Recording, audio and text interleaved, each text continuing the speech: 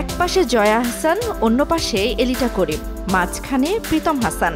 এমনই এক ছবি পোস্ট করে জয়া আহসান লিখেছেন, প্রীতম হাসান ও এলিটা করিমের সঙ্গে কাজ করতে পেরে দারুণ রোমাঞ্চিত তিনি এবং শিগগিরই দারুণ এক সিনেমার খবর জানাবেন বলে আশ্বাস দেন।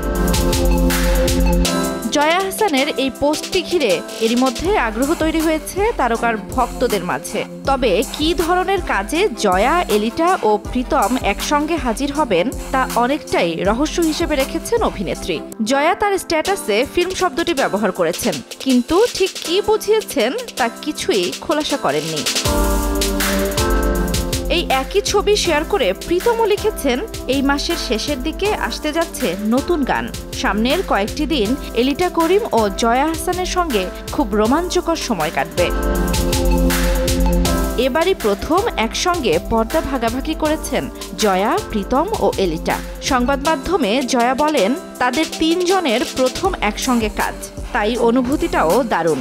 সিনেমাটি নির্মাণ করেছেন তরুণ নির্মাতা সাদিয়া ইসলাম। জয়ার কথায়, দেশের দর্শকদের জন্য দারুণ একটি মিউজিক্যাল নিয়ে আসছেন, তবে নতুন এই প্রজেক্টের নাম এখনো ঠিক হয়নি। নিউ সানসিল্ক ব্ল্যাক শাইন, নজর কাড়া শাইনি চুলের নাম্বার 1 চয়েস। অভিনয়ের পাশাপাশি মিউজিক্যালটিতে গানও করেছেন এলিটা করিম ও প্রীতম হাসান। আগামী 27 জানুয়ারি ইউটিউব ও সামাজিক যোগাযোগ মাধ্যমে মুক্তি পাবে মিউজিক্যালটি। জান্নাতুল দোলনা, সময় সংবাদ।